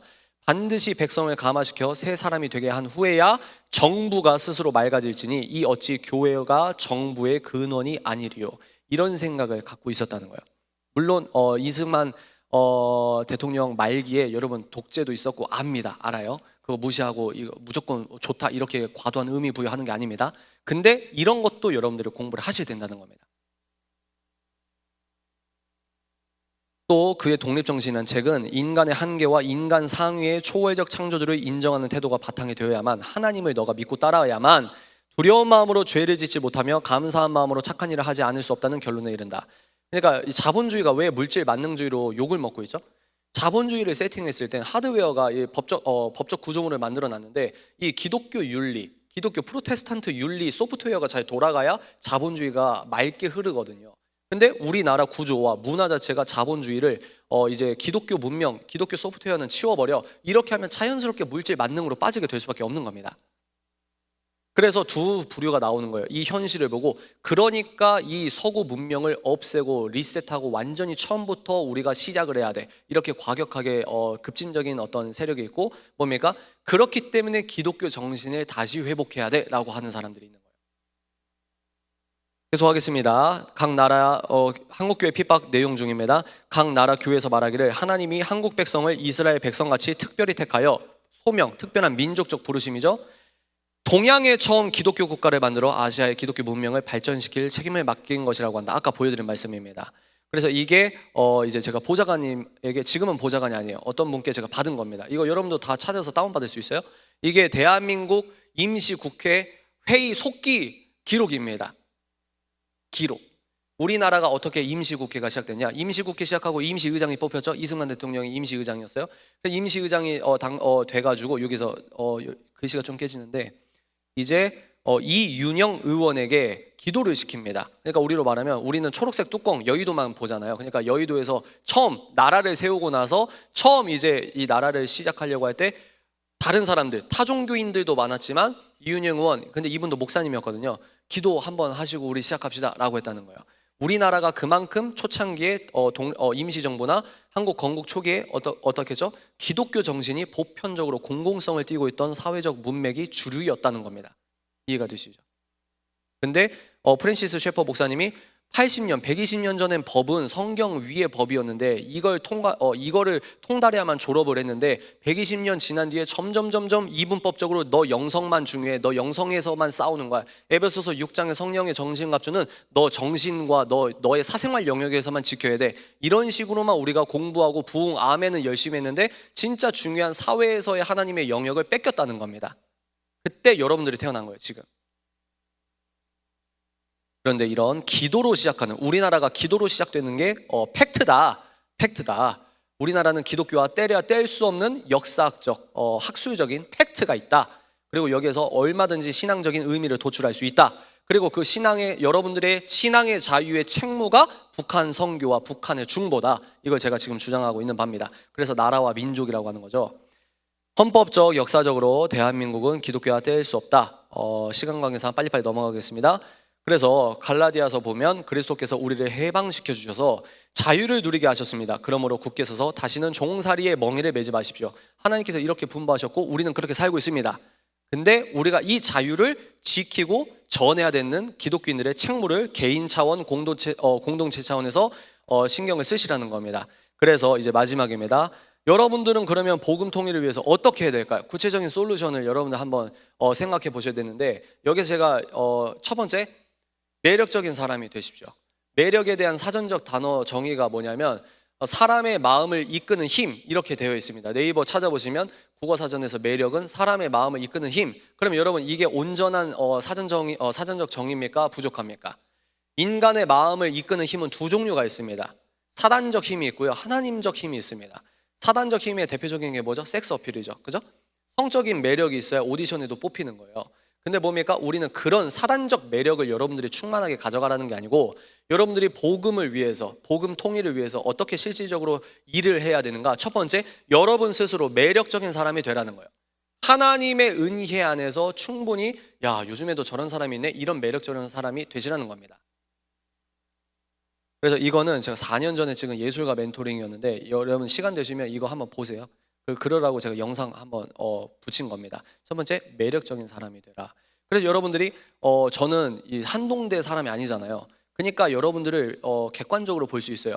여러분들은 한동대학교라고 하는 이 네임밸류 자체가 일단 1차적인 매력이 될 수 있겠죠. 저 같은 사람은 제가 본명으로 활동을 안 하잖아요. 최소한의 인격권을 보장을 해야 되잖아요. 욕먹을 활동을 하고 있으니까. 그래서 저는 어떻게 되냐면, 또 저는 막 학벌 좋은 학교를 졸업한 캐릭터가 아니기 때문에 저는 변방에 있는 예술가라고, 자칭 예술가거든요. 그러니까 저는 사회적인 어떤 내 말을 너가 신뢰할 수 있어, 이거는 팩트고 이거는 책에서 나온 내용이야. 뭡니까? 저는 제 이야기를 상대에게 설득시키기 위해서 더 많은 노력이 필요해요. 근데 여러분들은 나 한동대 출신인데 그러면 먹고 들어가는 게 있다는 거예요. 그게 일종의 매력일 수 있다는 거예요. 그러면 이 매력을 기반으로 다른 매력, 성령의 매력들을 여러분들이 간직하시면은 여러분들이 어느 공동체에 가거나 여러분들이 정말 힘 있는 사람이 될 수 있다는 겁니다. 그래서 한 문장으로 말하면 여러분들 어떤 사람이 돼야 되냐면 이런 평가를 받아야 돼요. 쟤는 짜증나. 쟤는 매사에 너무 진지해. 쟤가 있으면 숨이 막혀. 그러나 쟤는 우리에게 꼭 필요한 사람이야.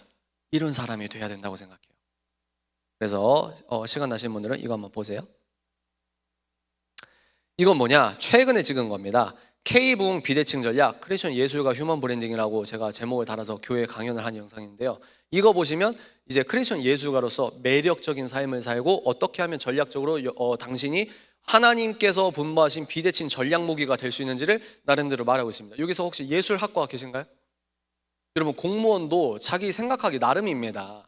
공무원도 내가 하얀 A4 용지에 규격에 맞는 하얀 A4 용지에 문서를 작성하는 게 창작일 수 있잖아요. 본인이 어떻게 생각하느냐에 따라 다르다는 거죠. 그래서 여러분들이 예술적 마인드로 살아가셔야 된다. 그래서 이제 계몽주의자들은 우리가 하나님 형상의 담지자인데 하나님의 형상의 담지자 최초의 그게 뭐냐? 이성적 존재다 이렇게 얘기하는데 저는 예술가 차원에서 어떻게 말씀드리냐면 아담의 온전성은 예술가입니다. 예술가. 여러분, 아들, 딸 나중에 나서 이름 지어보세요. 얼마나 이름 지는 게 어려운지 모릅니다. 모든 생물의 이름을 다 창작해요. 엄청난 창작력입니다. 하나님의 형상의 담지자, 완전한 예술가라는 거예요. 그래서 둘째, 여러분, 아리마대 요셉이 되라. 이 말은 뭐냐면 아리마대 요셉이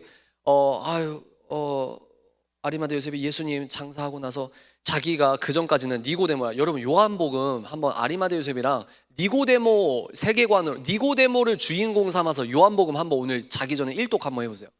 얼마나 은혜로운지 모릅니다. 니고데모가 그거죠. 지금으로 말하면 책임사자랑 같이 만약에 사진을 찍어 그거 인스타 올리면 얘 그구네 이러면서 자기의 사회적 폭이 줄어든단 말이에요. 근데 이때 당시 예수는 이거의 500배, 1000배입니다. 그래서 내가 사회 지도계층이고 오피니언 리더인데 나는 예수를 믿는데 예수를 믿는다고 공개적으로 말할 수 있는 용기까지는 없는 거예요. 그래서 요한복음 3장에 몰래 찾아옵니다. 그래서 대복음의 선포가 3장에 나오잖아요. 한 개인에게, 니고데모에게 했던 말이에요. 근데 니고데모가 보시면은 중요한 타이밍마다 어떻게 합니까? 예수님을 두둔합니다. 그리고 마지막에 예수님 십자가 돌아가셨을 때 아리마대 요셉도 빌라도에게 공개적으로 얘기를 하는 거예요. 어떻게 얘기하죠, 여러분? 어떻게 얘기하고 있습니까? 아리마대 요셉 어떻게 하죠? 예수님 장사하게 시체를 해주십시오. 그건 뭡니까? 커밍아웃이에요. 커밍아웃. 나 기독교야. 나도 예수 믿어. 방금 폭동 때문에 예수님 죽였잖아. 이거 큰일 날 거 나도 알아. 근데 예수님 줘. 공개적으로 예수를 믿는다는 사람을 커밍아웃한 거예요. 이게 아리마대 요셉의 영성입니다. 여러분들은 사회 각계각층에 들어가야 돼요. 믿음 뜨겁고 인격적인 예수 만나서 신학원 가서 목사 안수 받는 시대는 끝났다고 주장합니다. 목사님 될 영성으로 사회 각계각층으로 들어가셔야 돼요. 대가를 치러야 돼요. 그래야 바뀝니다. 그래야 지킬 수 있어요. 그래야 북한을 우리가 해방하려면 일단 우리나라부터 지켜야 되는 거 아닙니까? 그래서 사회 각계각층에 영향력 있는 사람이 되시라 이 말입니다. 그래서 곳곳에 숨어있는 아리마대 요셉으로서 여러분들이 분연히 일어나시길 바랍니다. 그래서 실력도 영성이다. 영성이 실력이다. 제가 2021년에 했던 강연인데 이거 여러분들 이 문맥으로 이거 보실 분들은 보십시오. 그래서 기성세대는 뭐라고 했냐? 다윗이 골리앗을 죽였다. 이거 기적이라고 박수 치는데 피상적인 신앙생활에 머무르는 게 기성세대입니다. 그러면 다윗이 어떻게 죽였습니까? 그게 왜 기적입니까? 세 가지 확률이 나와요. 첫 번째, 다윗은 물맷돌을 못 던지지만 하나님께서 다윗의 물리적인 힘을 가해서 다윗의 팔을 하나님이 돌렸다. 1번. 그리고 2번, 다윗이 자의적인 힘으로 던지긴 했는데 물리 법칙을 어겨서 하나님이 돌멩이를 골리앗 중앙에 꽂았다. 이게 2번. 3번 뭐요? 하나님의 영광을 위해서 죽을 수도 있는데 평소 양을 자기의 사명과 소명의식에 충만했던 다윗이 곰도 찢고 사자도 찢고 이렇게 열심히 양을 지켰던 그리고 그때 당시에 다윗 물맷돌은 뭐냐면 투석병입니다. 투석병. 그때 당시 전쟁사 기록을 보면 투석병은 그때 당시에 벌벌 떨었다고 해요. 우리로 말하면 저격수입니다. 저격수. 그때 당시 기록을 보면은 정말 그 정확도가 높았다고 해요. 다윗은 양을 지키기 위해 자기 소명의식을 다하기 위해서 물맷돌질을 10,000번, 20,000번 한 겁니다. 그 연습과 어떤 그 노력, 하나님의 영광을 위해서 분연히 일어나서 골리앗 앞에 서는 것 자체가 기적입니다. 그래서 저는 세 번째 확률이 높다고 봐요. 이걸 왜 얘기하죠? 영성만 좋다고 하면 안 돼요. 영성이 실력이고 실력도 영성입니다. 실력을 키우셔야 돼요. 그리고 마지막, 여러분 실제로 저항하셔야 됩니다. 어이구, 이거 다 하면 시간이 오버될 것 같아서. 아, 그래요? 이거만 할까요? 너무 감사합니다. 실제로 여러분들 저항하셔야 됩니다. 저항, 이거 뭐야, 무슨 반정부 투쟁도 아니고, 이게 아니고 프로테스탄트 정신이 저항이에요. 저항.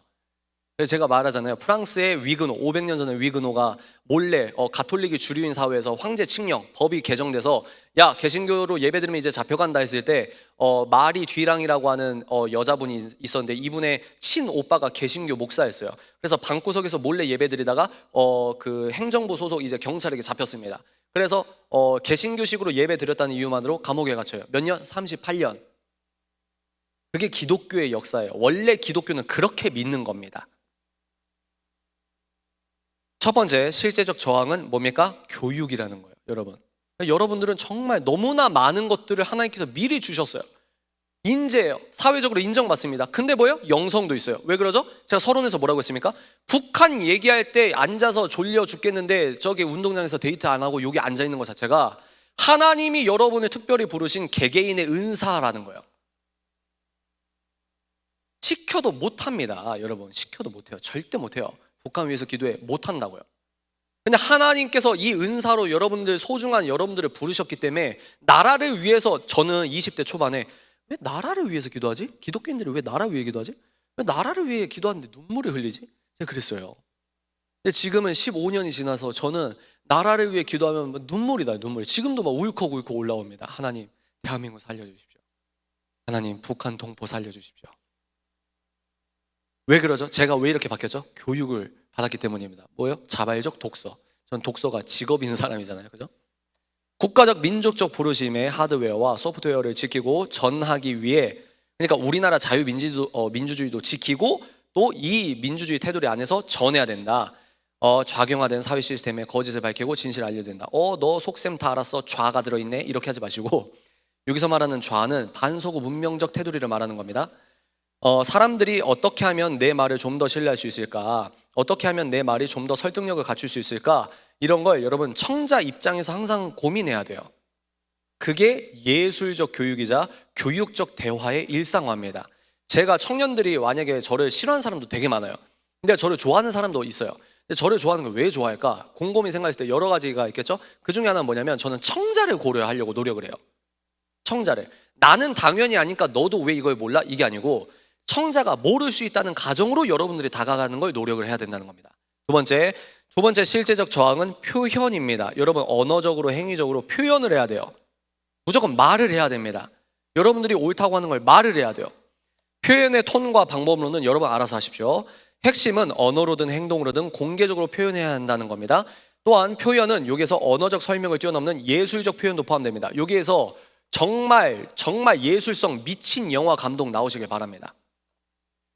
소설가 나오세요. 여러분, 소설 쓰기만 하면 드라마와 영화 막 계약하고 카카오 엔터에서 계약하자고 하고 넷플릭스에서 계약하자고 하고, 여러분들 그렇게 되시길 바랍니다. 크리스천 예술가는 무조건 예수 얘기만 한다? 전혀 아닙니다. 우리가 지켜야 될 성경적 가치, 기독교의 어떤 자연법만 지켜요. 그리고 아름다운 한 남자와 한 여자의 아름다운 결혼 생활을 기가 막히겠습니까? 그게 성경적인 컨텐츠가 되었습니다. 왜? 지금은 남자 여자 구분을 없애잖아요. 그죠? 여기서 그래서 여러분, 나중에 여러분 시나리오 쓸 때 이제 투자자 이제 배급사 이렇게 붙을 때 이 대본 너무 좋은데 여기 코드, 동성애 코드만 넣으면 안 될까요? 그러면 여러분 어떻게 하실 겁니까? 이게 실제적 싸움이에요. 실제적 싸움. 제가 몰라서 하는 얘기가 아니라 다 어디서 주워 들은 내용을 여러분께 사회에 진출하시기 전에 미리 말씀을 드리는 겁니다. 여기서 크리에이션 예술가의 부르심, 발견과 사명의 스펙트럼이 확장된다. 그래서 게임 개발자 같은 경우는 게임을 이제 세팅할 때 그 스토리 자체를 복음적으로 적군, 주적을 막 북한 유니폼 이렇게 캐릭터로 만들고 그러면 되는 거예요. 그리고 세 번째 마지막입니다. 저항은 연대다. 반드시 연대해야 됩니다. 뉴욕타임즈에서 지성적으로 목소리를 냈는데 PC주의적 헤게모니 때문에 얘 잘못했어요. 그래서 한 100명인가? 100명 정도가 공개 이제 이 사람 해고해. 그래서 그 사람이 잘린 게 사람이 있어요.